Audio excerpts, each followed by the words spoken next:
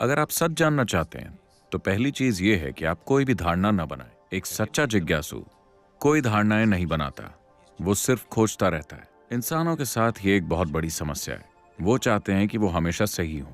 ये सबसे बड़ी समस्या है। दरअसल ये दुनिया के सभी झगड़ों का आधार है। मैं सही हूं, तुम गलत हो, यही समस्या। अभी भगवान मेरी जेब में है। इतने लोगों को मुझ पर विश्वास है, इतने लोगों को नहीं है। क्या ये लोग पहले की तुलना में भगवान के और पास आ गए? मूर्खों में आत्मविश्वास आना बहुत बहुत खतरनाक है कि बुद्धिमान व्यक्ति हिचकिचाता है, मूर्खों में आत्मविश्वास होता है। अपने जीवन को शुरू करने का सबसे समझदारी भरा तरीका है, मैं जो जानता हूं वो जानता हूं, जो नहीं जानता वो नहीं जानता। एक बार जब आप ईमानदारी से इसे स्वीकार कर लेते हैं, आप देखेंगे कि आपका ज्ञान हर दिन बढ़ता जाएगा।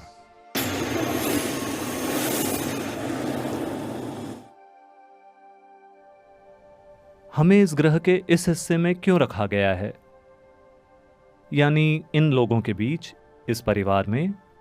मैं इस ग्रह में हमारे अस्तित्व के संदर्भ में पूछ रहा हूं।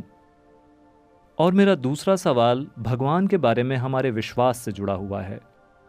हमारे जन्म से पहले और हमारी मौत के बाद हमारे जीवन को कौन कंट्रोल करता है? आप बहुत सी चीजों में विश्वास करते हैं। आप मानते हैं कि जन्म से पहले आप कहीं थे, मरने के बाद आप कहीं और जाने वाले हैं। ये सब बहुत सारी धारणाएं हैं। जब आपके पास इतनी सारी धारणाएं हों तो सच जानने का कोई रास्ता नहीं है ना?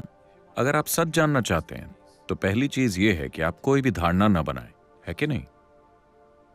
अगर आपकी रुचि सच में है, अगर आप सत्य की खोज में हैं, इसका मतलब आपने कोई धारणाएं नहीं बनाई है ना? अगर आप पहले से धारणाएं बना चुके हैं, आप सिर्फ अपनी धारणा को कंफर्म करने की कोशिश कर रहे हैं, यह सत्य की खोज नहीं है। एक सच्चा जिज्ञासु कोई धारणाएं नहीं बनाता, वो सिर्फ खोजता रहता है। हम खोज करें या आपकी धारणाओं को कंफर्म करें? मुझे कंफर्मेशन चाहिए। आपको कंफर्मेशन चाहिए? आप सही हैं। क्या यह आपको सच के करीब लाता है? अगर मैं आपसे कहूं कि आपकी धारणाएं सही हैं, क्या यह आपको सच्चाई के करीब लाता है?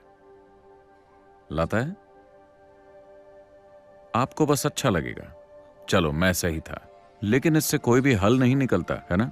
जीवन हल नहीं होता। होता है क्या? नहीं। इसलिए अपनी आस्थाओं की पुष्टि का कोई मतलब नहीं। इंसानों के साथ ये एक बहुत बड़ी समस्या है।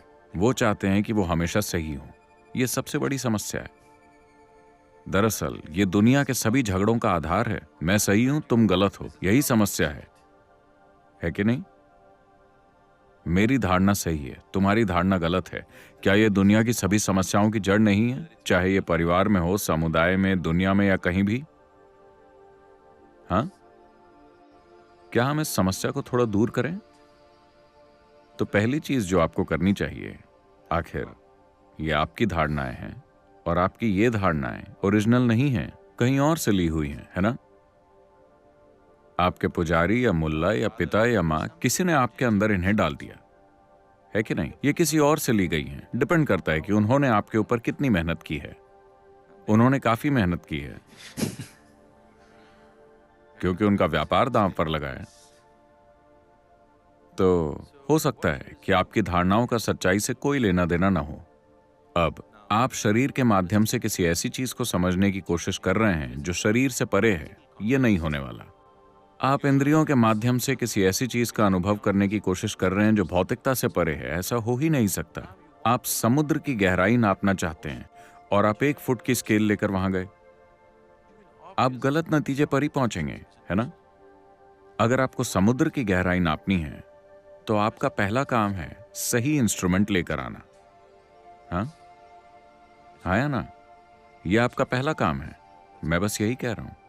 आप भौतिकता से परे कुछ जानना चाहते हैं, पहली चीज आपको यह करनी होगी कि एक ऐसा बोध विकसित करें जो 5 इंद्रियों से परे हो, जो उसका अनुभव भी कर सके, जो भौतिक नहीं है। केवल तभी आप जान पाएंगे, वरना आप केवल विश्वास या अविश्वास कर पाएंगे, है ना? अगर मैं आपसे कहता हूं कि भगवान मेरी जेब में है, इतने लोग मेरा विश्वास कर लेंगे, यह बकवास है, हमें इस पर विश्वास नहीं। लेकिन मैं आपको एक लंबी चौड़ी कहानी भी सुना सकता हूं जिस पर हम काम कर सकते हैं और आपको विश्वास दिला सकते हैं, है ना? अभी भगवान मेरी जेब में है, इतने लोगों को मुझ पर विश्वास है, इतने लोगों को नहीं है। क्या ये लोग पहले की तुलना में भगवान के और पास आ गए? आ गए क्या? या फिर ये लोग दूर चले गए? नहीं, कुछ भी नहीं बदलता, है ना? तो हम अपना समय अपनी धारणाओं को सच साबित करने में क्यों बर्बाद कर रहे हैं?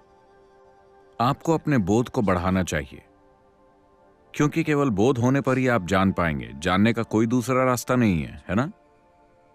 आप किसी भी चीज को तभी जान पाएंगे जब आप उसे अनुभव करेंगे, तब तक आप उसे नहीं जानते। क्या यह सच है? अगर आप अनुभव करते हैं, आप जानते हैं। अगर आप अनुभव नहीं करते, आप नहीं जानते। आप स्वीकार करने के लिए तैयार नहीं है कि मुझे नहीं पता, इसीलिए आप विश्वास करते हैं, है ना? अगर आप केवल समाज में पास होना चाहते हैं तो विश्वास एक अच्छा तरीका है, लेकिन अगर आप सच में जानना चाहते हैं तो विश्वास अच्छा रास्ता नहीं है। आस्था आपको आत्मविश्वास देती है, और मूर्खों के पास आत्मविश्वास होना खतरनाक है। समझे आप? मूर्खों में आत्मविश्वास आना बहुत बहुत खतरनाक है कि नहीं? क्या आप देखते हैं, बुद्धिमान व्यक्ति हिचकिचाता है, मूर्खों में आत्मविश्वास होता है। क्या आपने देखा है?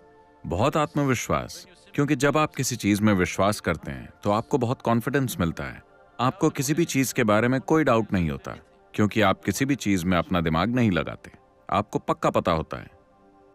आप जॉर्ज बुश को देखिए, कितने कॉन्फिडेंट हैं। वो बहुत कॉन्फिडेंट है ना? क्या वो कॉन्फिडेंट नहीं लगते? उन्होंने भारत आकर कहा, मैं विश्वास करता हूं, मैं सच में विश्वास करता हूं। मैंने सोचा, कहने की जरूरत नहीं है, क्या हमें दिखता नहीं? आप में बहुत विश्वास होना चाहिए, नहीं तो आप परिस्थितियों में आंख बंद करके नहीं घुसेंगे। अगर आप समझदार हैं तो आप अपने चारों ओर देखेंगे, है ना? आप देखेंगे कि वहां क्या है क्या नहीं, लेकिन आप विश्वास करते हैं। सिर्फ भगवान में ही नहीं, कई चीजों में। अपने जीवन को शुरू करने का सबसे समझदारी भरा तरीका है, मैं जो जानता हूं वो जानता हूं, जो नहीं जानता वो नहीं जानता। एक बार जब आप ईमानदारी से इसे स्वीकार कर लेते हैं, आप देखेंगे कि आपका ज्ञान हर दिन बढ़ता जाएगा। वरना जब आप विश्वास करते हैं, आप वहीं ठहर जाते हैं। विश्वास वास्तव में मृत्यु है। मार्क्स ने कहा है, धर्म अफीम है, क्योंकि ये लोगों को सुला देता है। उन्होंने सही कहा है, ये लोगों को सुला देता है ना? इसने सुलाया है ना? नींद आरामदायक है, इसमें बुरा क्या है?